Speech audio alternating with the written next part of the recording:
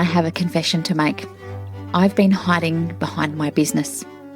Now, I know how that sounds. I know how that might sound to you. But Emma, you're recording this podcast.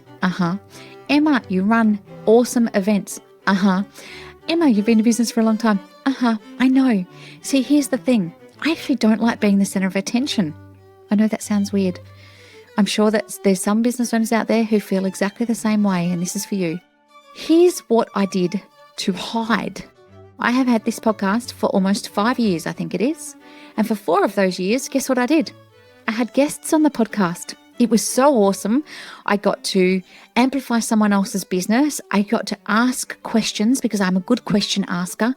And I get to, you guessed it, hide behind the mic. Wow.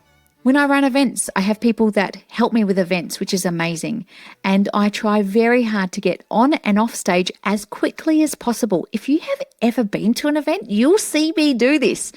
Even this podcast, I try really hard to make it short, sharp, helpful, all the things, and then get off. But Brianna, who is my podcast producer, she is head honcho at Bambi Media.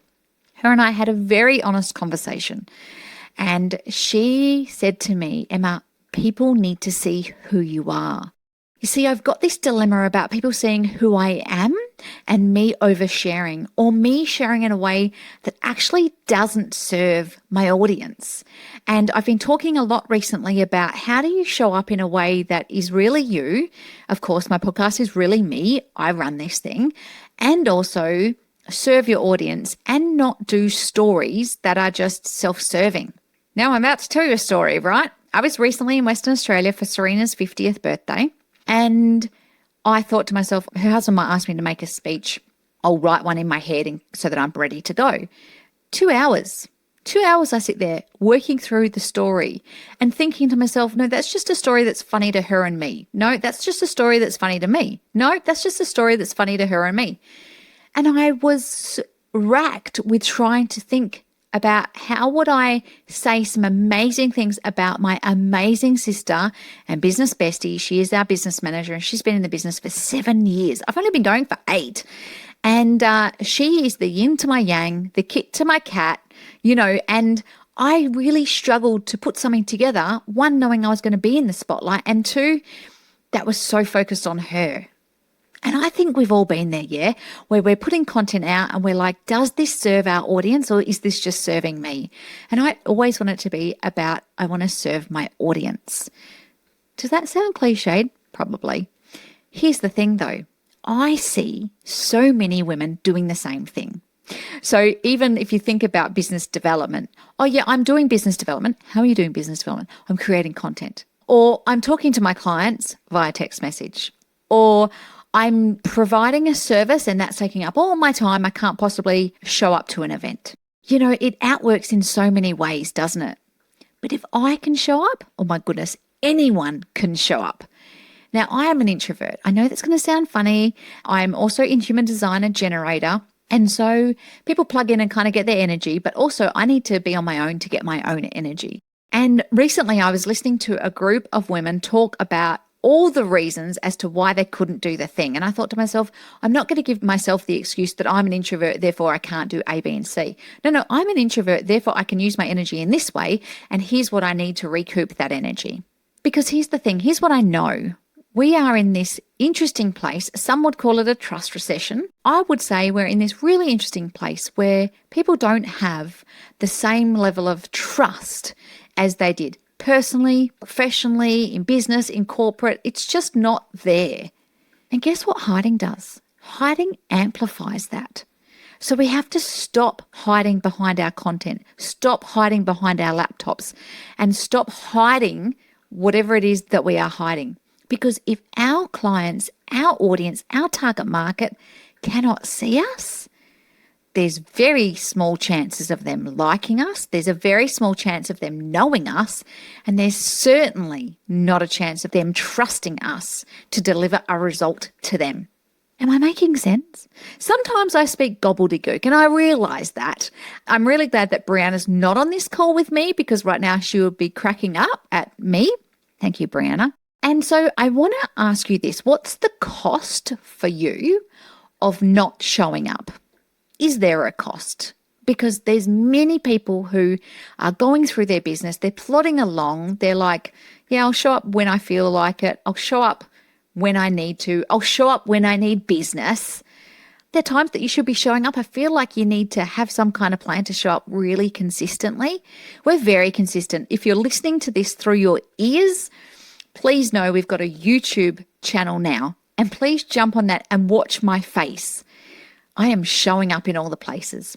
And a couple of years ago, I was heavily on LinkedIn. And it was me. It wasn't a bot. It wasn't any AI palaver. It was me. And one of my friends rang me. She said, Emma, you're everywhere. And I chose to take that as a compliment. It wasn't meant like that, but I chose to take it as a compliment because I thought, well, I'm showing up. Like, you can't say, I haven't heard of Emma McQueen. We do all the content, we do all the newsletters, we do all the podcasting, we do all the YouTubing. I show up for my community, like I'm there, even on the days I don't feel like it. Now, you might be sitting there going, you know me well enough, and when are the days you don't feel like it? There are days, trust me, there are days where I don't feel like showing up, but I do it anyway because I make the choice to show up for my community.